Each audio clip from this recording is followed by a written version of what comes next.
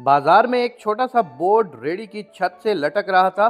उस पर मोटे मार्कर से लिखा हुआ था, घर में कोई नहीं है, मेरी बूढ़ी माँ फालिज ज़दा है, मुझे थोड़ी थोड़ी देर बाद उन्हें खाना और इतनी ही मर्तबा हाजत करानी पड़ती है। अगर आपको जल्दी है तो अपनी मर्जी से फ्रूट तोल लें और पैसे कोने पर रैगजीन के गत्ते के नीचे रख दीजिए। साथ ही रेट भी लिखे हुए हैं, और अगर आपके पास पैसे ना हो तो मेरी तरफ से ले लेना, आप सबको इजाज़त है। उधर उधर देखा, पास पड़े तराजू में 2 किलो सेब तोले, दर्जन केले लिए, शापर में डाले, प्राइस लिस्ट से कीमत देखी, पैसे निकालकर रेडी के फट्टे के गत्ते वाले कोने को उठाया। वहाँ 100, 50, 10 10 के नोट पहले भी पड़े थे। मैंने पैसे उसी में रखकर उसे ढक दिया। इधर उधर देखा कि शायद कोई मेरी तरफ मुतवज्जा हो, और शापर उठाकर वापस फ्लैट पर आ गया। अफ्तार के बाद मैं और भाई उधर गए। देखा एक बारिश आदमी, दाढ़ी आधी काली आधी सफ़ेद, हल्के क्रीम कलर की शलवार कमीज़ में रेडी को धक्का लगाकर बस जाने ही वाला था।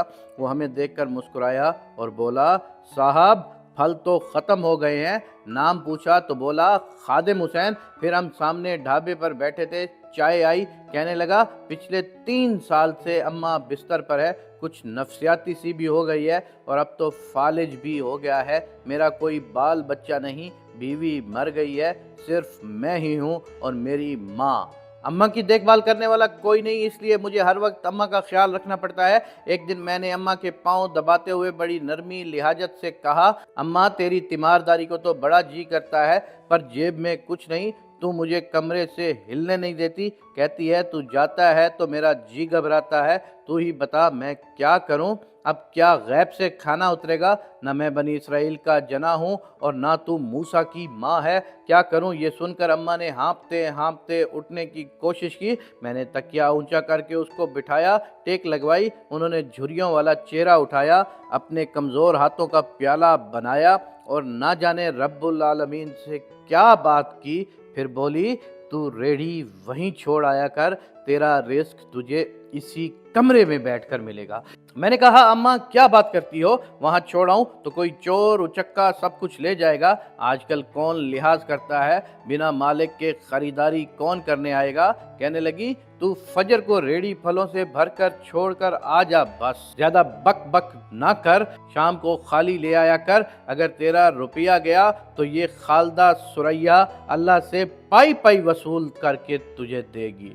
2.5 साल हो गए हैं भाई, सुबह रेडी लगा जाता हूँ, शाम को ले जाता हूँ, लोग पैसे रख जाते हैं, फल ले जाते हैं, धेला ऊपर नीचे नहीं होता, बल्कि कुछ तो ज्यादा रख जाते हैं। अक्सर तखमीना नफ़ा लागत से 300-400 ऊपर ही जा निकलता है।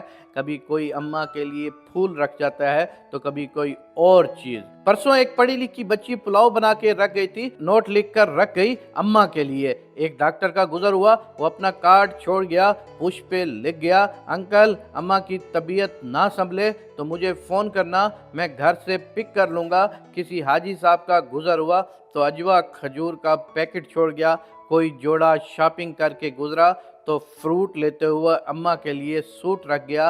रोज़ाना ऐसा कुछ न कुछ मेरे रिस्क के साथ मौजूद होता है। ना अम्मा हिलने देती है और ना अल्लाह रिस्क रुकने देता है।